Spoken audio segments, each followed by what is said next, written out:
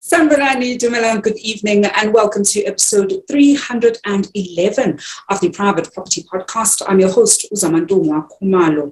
If you're just joining us for the first time, welcome to the only daily property podcast in South Africa. Make sure that you go to our Facebook or our YouTube page to catch up on all the great content that you have already missed out on. And to all our regular viewers on Facebook, on Instagram, as well as on YouTube, you know how we do it. Every single weekday, you and I have an appointment at 7 p.m. where we always tackle a hot property topic and certainly have in conversation with experts who help us make better property decisions. And of course, there's also a whole host of other shows that you can catch on Private Property every single weekday at 8 p.m. And I know that those of you who are watching us would have seen some of the great changes that we're making, behind the scenes that you're already able to see. We absolutely love changing things and innovating as much as we can, and of course making the offering as better as we absolutely can. So we look forward to seeing more of you engaging with us across our social media platforms. Now, talking about some of the great shows that you can look forward to at 8 p.m. as it is a Tuesday, you can look forward to the Farming Podcast with Umbali Nwoko at 8 p.m. This evening, she's going to be looking at rural farming and sustainable beekeeping. And she's going to be in conversation with Umabato Poshamo Rudi, who's the co-founder at the Village Market. So if you want to get a better sense of how to certainly get into bee farming and making it as sustainable as possible, then that is a show that you do not want to miss out on. You can catch Mbali every Thursdays as well at 8 p.m. with the Farming Podcast. And every Mondays and Fridays, Chad takes us through the Home Shoppers Show, where it gives us a great tour of amazing properties that you can find on www.privateproperty.co.za. So we make sure that you certainly make that appointment for every single Monday and Friday at 8 p.m. And on Wednesdays, Esty Carson brings you the First Time Home Buyer Show, which is always in conversation with people who've not only walked that first time home buying journey, but have gone on to grow their property portfolios from strength to strength. Well, those are the great shows that you can look forward to every single weekday at 8 p.m. across Private Property's social media pages. Remember to follow us across our social media pages on Facebook, on Instagram, on YouTube, as well as on TikTok. You can follow myself at @Zamantungwa_K on Instagram, as well as on Twitter.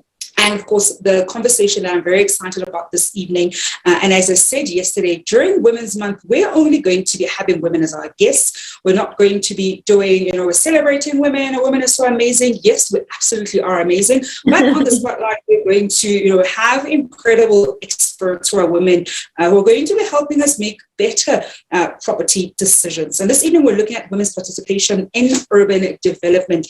This is one of those topics that, the nerd in me absolutely loves. I was already having the pre-show with my guest this evening, and just talking a little bit about, urban development and how gendered it sometimes is. So if you want to get a better sense of, the role that gender tends to typically play when it comes to urban development, this is a show that you want to make sure you do not miss out. So then you're probably thinking, what is urban development? What do we even mean by it?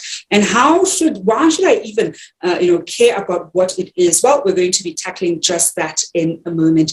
And my guest this evening is somebody we've had on the show before, Claire du Trevou, who's an architect and an urban researcher. Claire, good evening, and thank you so much for joining us. Hi, thank you so much for having me. I am really, really excited to be here and to have this conversation with you and with the listeners tonight. It's only such a pleasure, Claire. And I think before we even get, talking about urban development, which is really one of my, one of those topics that I geek out over all the time, I want us to just first look at, the previous time you were with us, it was last year in November, we were looking at opportunities in the micro property development space. And that was, of course, with the work that you do with BidProp. I think firstly, just at a high level for viewers who probably missed out on that episode, that we have. Can you just tell us a little bit about BidProp and some of the, certainly some of the work or the opportunities that people potentially might have in that micro property development? So BidProp was born out of an understanding that RDP or the BNG government subsidized houses were given or are given as starter homes. And so initially there was a bit more space and the idea that those homes would grow. But obviously with a lack of capital, it's very hard to grow those spaces. And BidProp saw an opportunity in the growing rental market and the gap in the fact that there are very little or few innovative financial mechanisms or tools available for homeowners. So essentially what BidProp does is BidProp partners with a homeowner who owns property and ideally lives on that property and has space for rental developments. Then we come in, we design, we develop, we manage the construction process of 4 or 6 rental units on your property. And then we assist the homeowner in renting those units out. And that rental income is partially used to pay back BidProp's capital over time, and it's partially used as an income for the homeowner. And after about 8 to 10 years, depending on the size of the property, depending on the vacancy rates and the rental return that we can get, the initial capital injection is paid back to BidProp, and that becomes a long-term income generator, a sustainable passive income generator for the homeowner. What's really exciting about it is that we've been in operation for almost 3 years now, and we're really looking at how we diversify that model. So not just looking at residential, but looking at mixed-use developments. What does it mean? Like, it's one thing just to put a bunch of more residential spaces in an area, but how do we start to include spaces for daycares and spaces for little corner cafes, little laundries? And I think as our conversation progresses, we'll talk more about like why those types of spaces are so important in a mix of a neighborhood. And I absolutely love that. I think when we had you on the show last year, one of the great things, and I urge viewers at home who haven't seen that episode, it was episode 141, and we're looking at the opportunities in the micro property development. It is one of those things that many of us, if especially within the township space, if you know that you've got a property, you want to find different ways of maximizing the space that you have and build really quality units in your particular property, and use a different vehicle. And when I say different, I mean different from sort of conventional banks or perhaps borrowing from friends and families that will also formalize your operation. That absolutely is an avenue that you are able to explore. So that's episode 141 for those of you at home who want to listen back to that conversation. I see all the love that we're getting on Facebook. Shinganga, one of our fan gang members, saying happy Tuesday, property moguls. We choose private property. Begeli. Tamsin Sobanile also showing us some love there with those green hearts down here below. Absolutely love seeing that. Do continue showing us that love down here below. It's Tuesday, and thank you very much for choosing us this evening. Now, Claire, we did say we're obviously going to be looking at women's participation in urban development. Before we even look at the first component, which is women's participation, let's break down what we mean by urban development, because there are so many different ways that people can interpret urban development. For purposes of our conversation, what is typically meant when we talk about urban development? So I think it is such a broad kind of topic. When I like to talk about urban development, I like to sort of think about the three bubbles, really, which are the policy, like the urban policy bubble, the urban economy bubble, and then the residential bubble. And the residential bubble, I don't just mean but let's call it the built environment bubble. So often when people say urban development, we just immediately think of buildings. But these other two bubbles, our policy bubble and our urban economy bubble, are just as important. And often they inform how the built environment lands up kind of taking its shape. And so when we talk about urban development, we talk about the kind of the sweet spot, the overlap of those three, where those come together, where we see the policy influencing the economy, which obviously influences the physical manifestation, which is buildings, houses, office spaces, public spaces, roads. And I think that's, when we talk about urban, it's also so broad. So we're not just talking about buildings, we're talking about infrastructure, water, electricity infrastructure, sewage infrastructure, and then the top layer of actual buildings, and then everything else that kind of fits into those buildings. And I want to bring in the gender component, because somebody is thinking, so why even look at gender, or how does gender sort of intersect with urban spaces? So we talk about urban development or urban spaces and gender. How do those two intersect? I mean, we're talking offline that this is one of those things that I like following up on.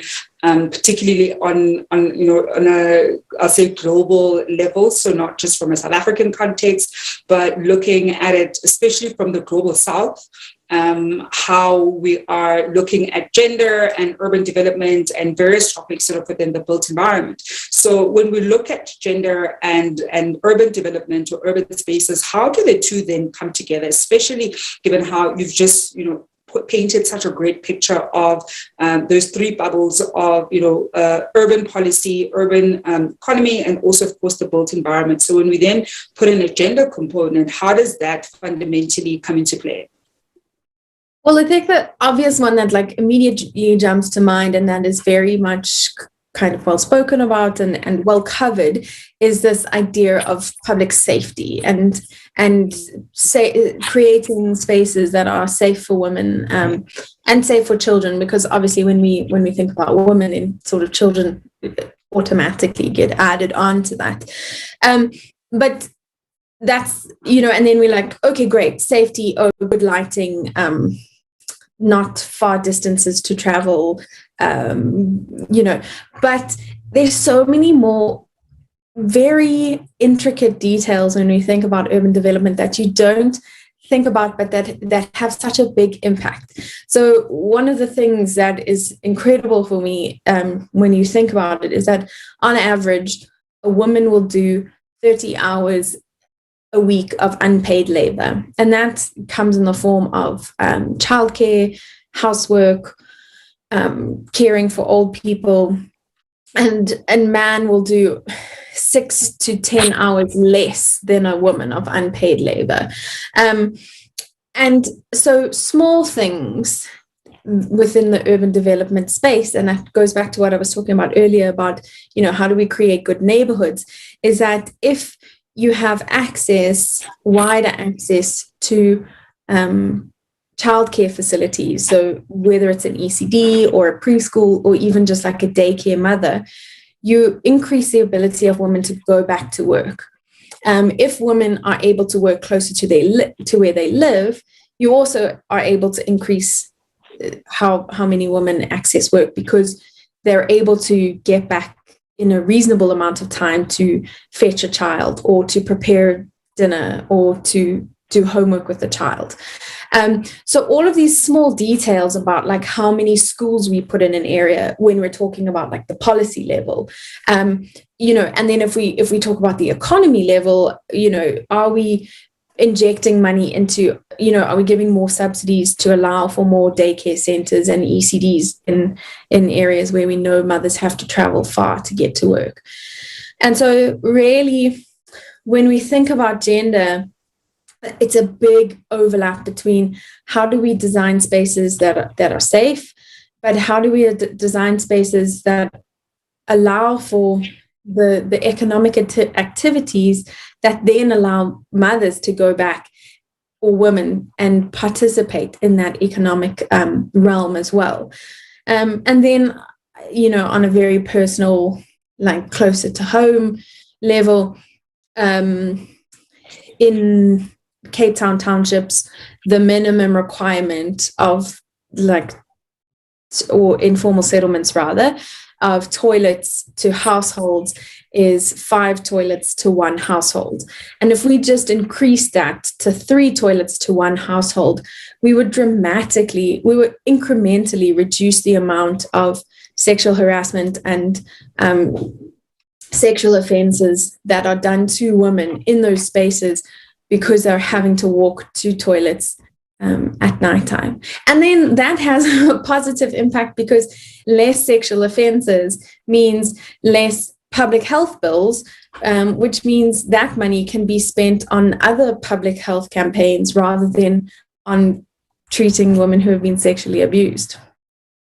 I'm this evening in conversation with Claire de Trevou, who's an architect and an urban researcher. We're looking at women's participation in urban development. I think this is one of those things that we tend to not think about, or it becomes an afterthought, certainly in a lot of our mainstream conversations. And I want to find out from you at home, I think, if you, especially for women, then what have been some of the considerations that you've had to make extra when you're even looking for a place, whether a place to buy or a place to rent in. And I mean, I'll go first. I think one of the big things that a lot of us, and I know all of us generally have to look at this, but I think women in particular will look at it even more, especially if you're going to be living alone, is you're more hyper vigilant on the safety of where you want to move in. And little things like if, a complex is close to a corner that looks slightly dodgy, and that you typically would come back from work very late, I would think twice about moving, sort of there, because I know that I may not be comfortable if the only way back to my place is sort of passing by that particular dodgy corner. And I think more often than not, as women, we sometimes do find ourselves having to work extra hard to put in safety measures. So if you're somebody who likes jogging, you're going to find out if the area that you want to live in is safe for you to jog. And as much as a lot of areas in South Africa, even where we think we're safe, we're not particularly safe, we often do, try to get a sense of, is that neighborhood relatively safe? Because a high priority value for you is being able to jog, regardless of whether you're looking to buy that property or you're looking to rent there. And so those are some of the factors that we sometimes have to look into as women when we are, shopping for a property as either renters or, of course, homeowners. I want to find out from you, what have been the extra checks that you've had to put in place? And that chances are your male counterparts haven't done it. One of the things that used to irk me quite a lot was every time I view, a property, I used to find far too often, the estate agent asking me if, Mr. Khumalo is going to be joining us. So that automatic assumption that, I'm married and there's a man who's going to be there to make this decision, especially as I'm talking with them about the price and, what's included or not included. And they almost feel uneasy, and assume that there's going to be a man part of the particular property transaction. So I already urge estate agents to not make those kinds of assumptions because they irk a lot of us women off. I think assume if you're dealing with a woman, you're dealing with a woman who is going to be buying by themselves. If you find out that there's a Mr. in the picture at a later stage, fantastic, but don't at the starting point make those kinds of assumptions. I want to find out from you at home as women, if you've had that encounter. I think a lot of us, unfortunately, have had far too many of those encounters at home. I see Abdila Albertine sending those green hearts also on Facebook. Mata Shangang is saying equity right there. And that's, of course, looking at some of the policy type decisions that would need to be made that take women's safety in consideration. Now, Claire, one of the things that I know doesn't get not only spoken about, but addressed a lot within mainstream media is the role of affordable housing in urban development. I mean, when we look at we'll say the housing crisis in South Africa in its entirety, because those of us at home and people who watch the show are looking to buy or rent or build, certainly looking at their property portfolio as much as possible. And the reality of some of the landlords is that they cater to different, demographics of people. So, and various LSMs, and that the needs that they have, vary slightly in terms of the amenities that you'd want to make sure are included in that kind of property. So when you then look at affordable housing and urban development, perhaps, help paint the picture for us when it comes to women and affordable housing and urban development, because we already know that we're such huge players in the first-time home buyers market as unmarried women, for example. I'm keen to hear what the stats would look like then in the affordable market space and how we need to be catering more to that demographic because it's got such a lot of potential that we are unfortunately not adequately tapping into. Yeah, I think one of the things that has happened in the last, I want to say month, but the last 3 weeks. So I'm currently at home in KZN with my parents. I got stuck here. My flights got cancelled because of COVID, and then my flights got cancelled because of the riot. Well, I couldn't get to the airport because of the riot. So these last 3 weeks feel like a year. So in that space, there has been quite a landmark decision in Sea Point to purchase a piece of the Western Cape's purchased a piece of land from the SABC, and they'll be developing affordable housing on that land. And why it's so incredibly important is because it goes back to what I was saying earlier, the fact that there are so many jobs that serve the residents of Sea Point that women play, cashiers at Checkers, tellers at banks, not that we really have those anymore,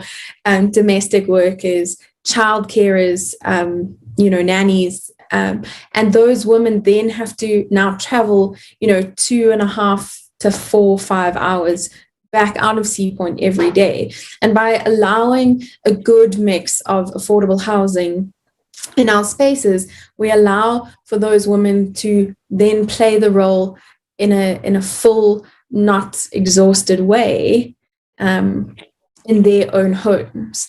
And it also means that we're working towards, obviously, more integrated cities, diverse spaces where we know that the more diverse a space is, the safer it becomes. And it really kind of just pushes the urban development into spaces that are like livable, really livable, integrated neighborhoods.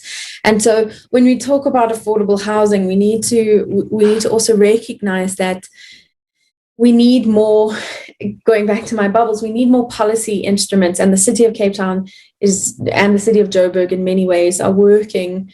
The city of Joburg is a little bit ahead on affordable housing policies that will allow for, a good mix of affordable units to come into the spaces. But it's so incredibly important to recognize that the people who work in our cities need to be able to live in our cities. And I think we're seeing that across all of the neighborhoods. It's not necessarily just in the inner city. If we think about Century City and access to affordable housing around that node, in Joburg, it's Sandton. And now, like we're seeing with all the taxi violence in Cape Town, when there's a break in the public transport, we see a breakdown in those value chains. And so affordable housing would completely negate that. We would still have public transport for other services, but we wouldn't, a lot of our value chains and our services within cities wouldn't rely so heavily on the public transport system. Mm-hmm. I'm this evening in conversation with Claire de Trevou. We're looking at women's participation in urban development. I want to find out from our viewers who are women around the key things that they look at when they're looking for a property, whether it is to buy or to rent out. And I think one of the key things I was saying earlier is that safety is one of those big ones that I look out for, regardless of whether I'm looking to buy an investment property, where obviously you don't know which gender you're going to be renting out to, but safety certainly is one of those big things that I'm always aware of. I want to find out more of your questions and comments when it comes to this, especially our viewers who are women. And I see on Facebook we've got Uhloni Mohau saying safety. I make sure I buy a house in an enclosed area, not really a complex, and also a house that is in between other houses, not at the corner or near the busy road. And that's a huge consideration because it's so easy for people to do something, especially when you're in a busy road, to do something and it gets missed. You would think because it's a busy road, people would know, but people are not really looking out for that. And we've got Tamzin Sobanyele saying, I experienced just that twice. I bought my first property at 20 and way back in 1996, and the assumption that Ubaba is coming to sign. And I know so many of us as women probably have this, this encounter. You go and view a property, doesn't even matter what the price point of that property is, and the estate agent automatically assumes that there's a man in the picture who's either going to come for a second viewing or that you're going to need to apply with to qualify. And I think one of the dangerous things that estate agents do is just that, because the reality is we're seeing a lot of women, a lot of unmarried women who are choosing to enter the property market, whether it is to be homeowners themselves or to be property investors. So making that kind of assumption is actually quite dangerous. Somebody can be easily put off and rather work with another estate agent in that property transaction. Claire, before I let you go and before we wrap up this evening, I think, what can we do better to, better accommodate, I'll say women in particular, when it comes to our urban development? Because I think one of the key things that you've already just so well pointed out is the knock-on effect of sort of getting the fundamentals right. And that really ultimately everybody has to gain, right?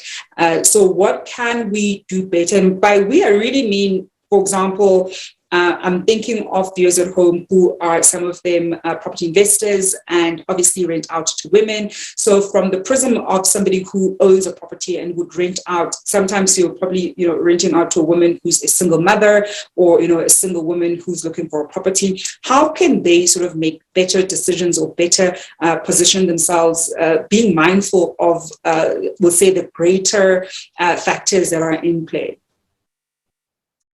I think one of the big things to kind of think about, like if we think about like a property developer, if you're a property developer and you are starting a project anew, I would get a team, almost like a reference group, and get a team of women to red hat your idea first. And little things like, from how you enter, how long does your gate take to open? If it's an automatic gate, if it's a pedestrian gate, like, is it like a block that you can't see through? Because all of those small safety thoughts before you even enter the property are things that women are taking into consideration. Can I get my pram off the edge of this pavement? Where's the nearest park? Because, maybe it's safer to exercise in a park because there's a lot more, that kind of thing. So really having a reference group, an idea, and then, coming to, like, if you now are a property owner and you're gutting a place for rental purposes, really consider small things like how high are your cabinets. A lot of the times, like, women can't even reach, and it's silly things. And then if you do have really high cabinets, then, be considerate and put a little footstool there for your tenant. Maybe making things, emergency numbers available. And then from like a bigger scale, I think just really thinking about what can you do as a property owner that impact on your neighborhood, or even as a tenant. So how can you actively participate in making neighborhoods safer and more accessible for women? Maybe it means speaking to a ratepayers association about lighting, or engaging with the CID about having extra patrols. Really kind of thinking about the spaces beyond your property, because those are the spaces that often get forgotten. And if we were each to kind of like publicly monitor and be accountable for like a 1 kilometer radius around our property, our cities would be a lot more a lot more safer and accessible for women as a whole. I'm going to end this off with a comment from Utamzin Soganyile. And this is a can of worms, because I remember once raising it with an attorney I dealt with, and they explained it quite well, but the convention still irks me quite a bit. And Tamsin says, I'm currently an estate agent, and I'm a estate agent currently, and happened to pick up this clause on an offer to purchase, referring to a he, withholding of capital gains tax, non-resident sellers. The seller declares that he is or is not a non-resident, and then it continues. And I think the big way that a lot of our contracts tend to, be written, some of them, of course, making reference to a he, even though really it's a he or she. What you would typically find that is, at the beginning of the contract, when they sort of do the breakdown, they'll say that where he or she is used, one, holds regardless of the person's gender. And then you'll find that the rest of the, the contract, it's a he that's used. And a part of me is like, let's rather than use the she, right? Let's change the convention and see if men are going to be comfortable signing a document that then makes it a she, even though we all know that that isn't necessarily who it's being referred to. We're going to squeeze this one in. It's coming from Kateko Achape, saying private property. If I wouldn't stay in it, I won't buy it, even if it's a buy to rent. So safety and conveniently located plays a big basic role, and that's quite a big one, right? So if you're not going to want to stay in it, perhaps don't buy it, and you're able to then look at all those things like, does it also meet my personal safety standards? If not, why expect somebody else to live in it? Well, we're going to leave it there this evening, Claire. I think this has been such an insightful conversation. I know that I was nerding out with you before we came on air. Thank you so much for joining us. Always such a pleasure to have you on the show. Thank you so much for having me. And thank you to And that is Claire Trevou, who is the... Thank you very much, Claire. And she is an architect and an urban researcher, wrapping up the Tuesday edition of the Private Property Podcast with myself, Uzamanto Khumalo. You can look forward to the Farming Podcast with Umbali Mwako at 8 p.m., looking at the sustainability of bee farming. I'll be back on your screens tomorrow evening at 7 p.m. Until then, hoping you're staying home and staying safe.